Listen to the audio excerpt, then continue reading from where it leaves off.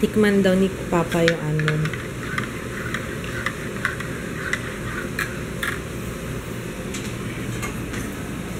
Sarap yan, diba? Yeah! Sarap to. Maybe. Ang under bang HP? Oo. Parang lasa, diba? Sarap, no? Good morning ka na sa kanila. Morning. Good morning! This is my family. Talaga naman. Nasabi ko na ba sa'yo? I'm so lucky to have you. May melon pa. Talaga naman! Kiss nga! Ang sarap. Sabahan mo na lang ako. Sorry, love. Hindi ko kasi pwedeng share na lang tayo. Hindi ko kasi talaga pag nakikita ko pa lang yung sinangag. Ngayon lang naman, di ba favorite ko yan, di ba? Hindi ako nasubo lang ako dyan.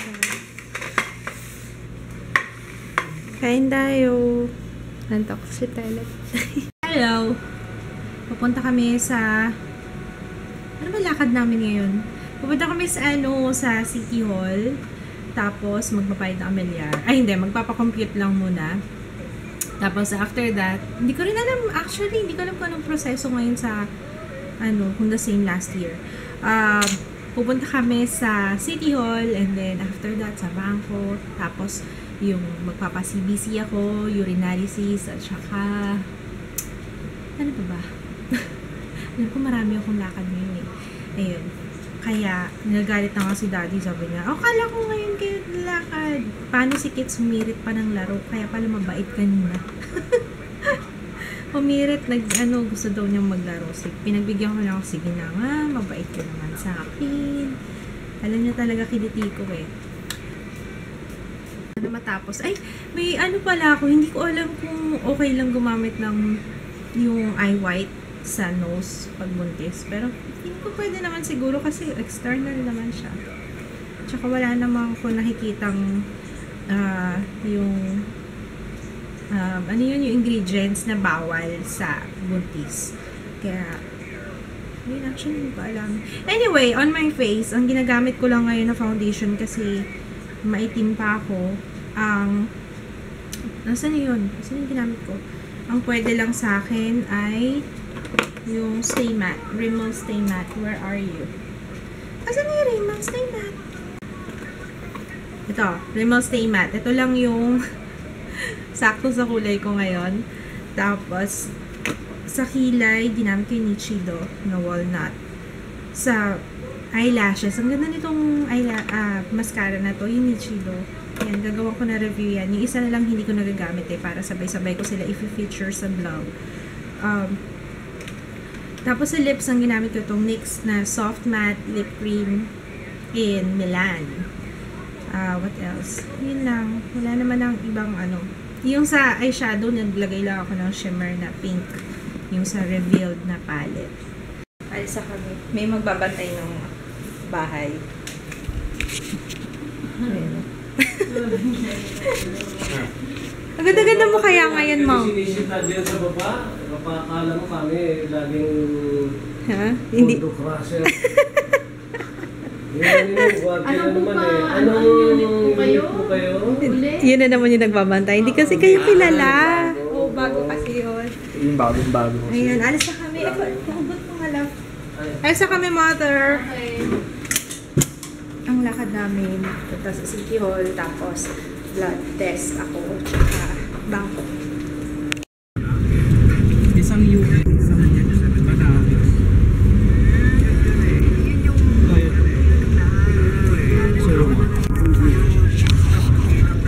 Center. Dito kami sa City Hall of Manila. Erected 1939. Talaga pati yung binasa. Magpapakubyot lang muna kami kasi alam ko hindi siya kaagad-agad pwedeng bayaran. Tingnan natin. Ay naku, ayan ang daming tao. Takson. Tingnan natin kung maraming tao. Dito pa lang ang dami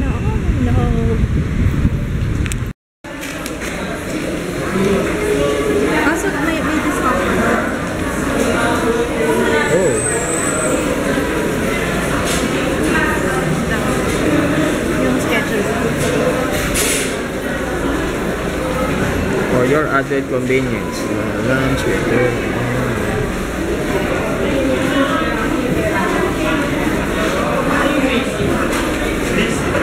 Mag-discount pa.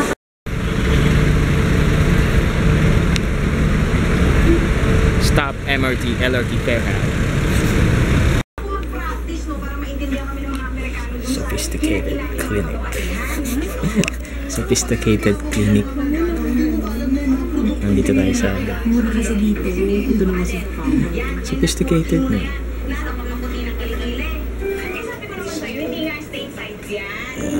Twice the king. Sophisticated yan. Ayan.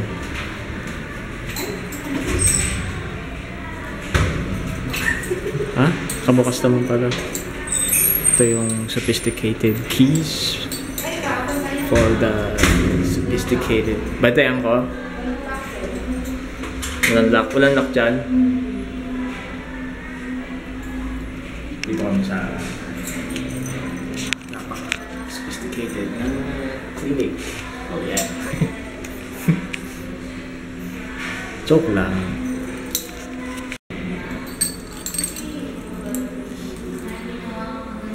Ganito nga rin lalagay ko sa susi sa bahay. May chimes. Ayan o.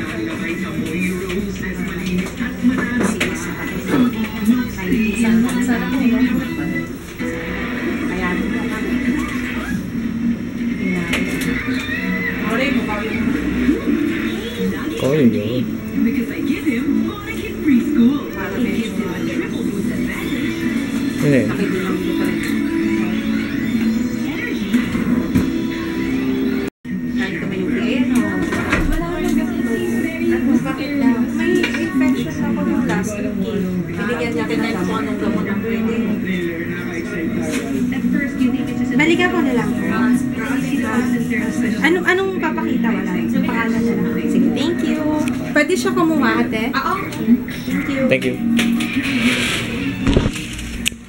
Basta kami sa sophisticated lab. Huwag mo nga mamaya. Buti nga, ang laki ng tipid natin dito. Ang laki kaya ang tipid namin dito. Tapat ng PGH. Ayun, PGH sa tapat. May guard. 1-6. Mabilis lang sa City Hall. Ano lang, siguro mga 30 minutes tapos na kami magpa-access. Tapos yung babayaran na lang. Ayun. Baka pili ko nga ako na lang mag-isa kasi yung tickets may pasok na yun. Kaya hindi na ako hindi niya na ako masasamahan. Dito kami sa road. Naghahanap ng palabok. Gusto ko ng palabok.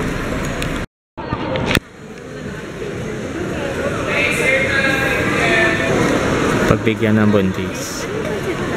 Ha? Ha? Hindi masarap yung... Oh, yan. Yan. Alin? 115.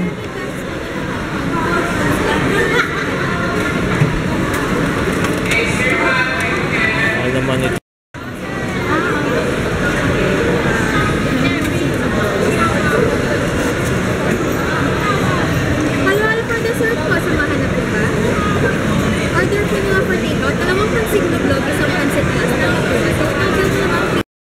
Pansit palabok, sabi palabok video namin. Log-log sa razon. Pansit log-log. Ay, oo, hindi ko pa nanilagay ng kalamansi. Kain tayo. And yan, ang aking specialty specialty number 2, sinigang. Para sa pagkain ng buntis. So, hindi ka marunong magluto ng pagkain ng buntis. So, huwag kang mabuntis. Ganun ang kasimple. Ayos ba? Sinigang yan, sinigang. Yan, favorite part ko. Buntot siya na buntot. Hindi yan So, slow cook natin siya. Masarap. Yan, malapit na matapos. Wala. Malapit na matapos. Bigyan ko ng 4 na pirasong sili. On the background, ayan, background, yung tahong. Hindi ko alam kung pwede pa siguro to. Daming tahong. Mahal ng tahong, 80 pesos. Dati, pag season yan, 40 pesos. Last na lang tong okra and kangkong. Ayan na po siya. Magbangkito. Ayan. Ayan ang gusto namin sinigang. Magulay, magubat. Ayan, magubat siya. Magubat version. Ayan na naman. We're out again.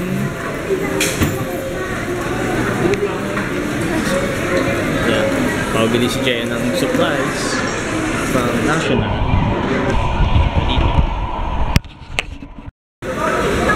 Baby. Ha? Ha? Nakatalikod naman yung baby.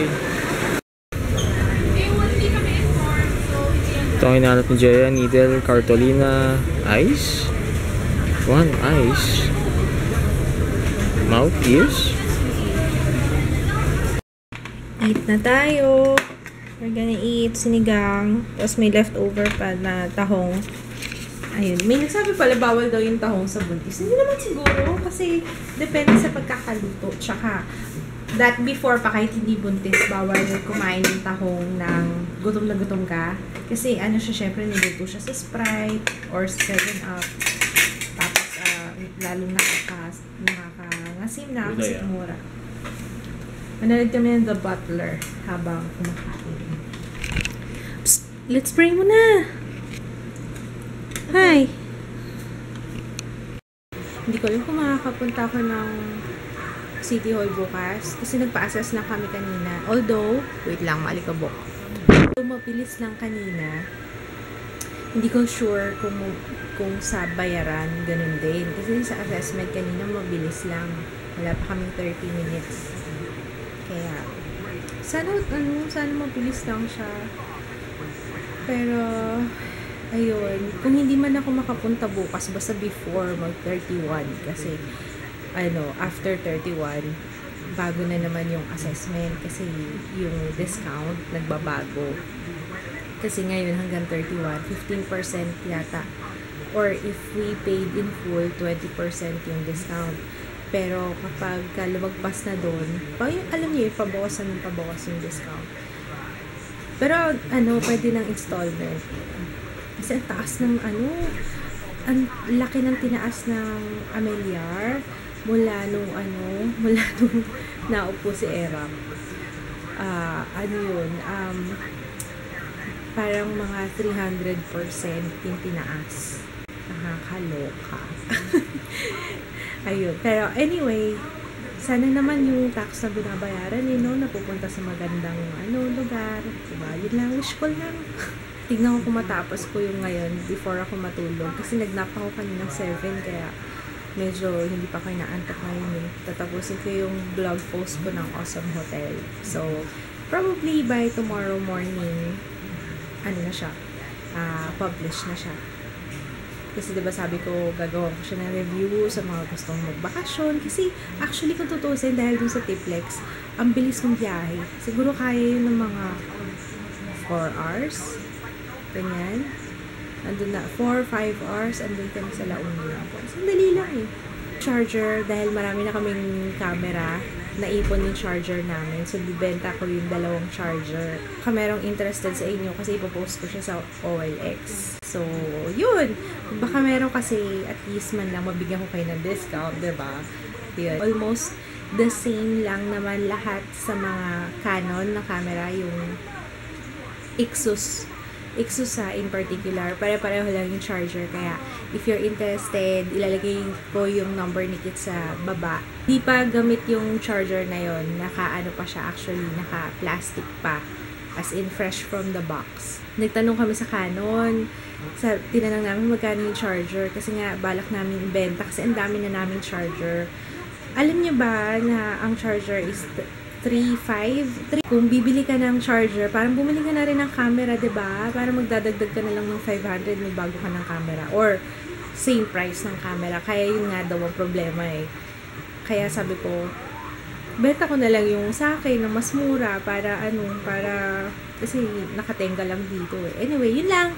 Ano na ba ko sasabihin? Yun lang. Good night. See you tomorrow.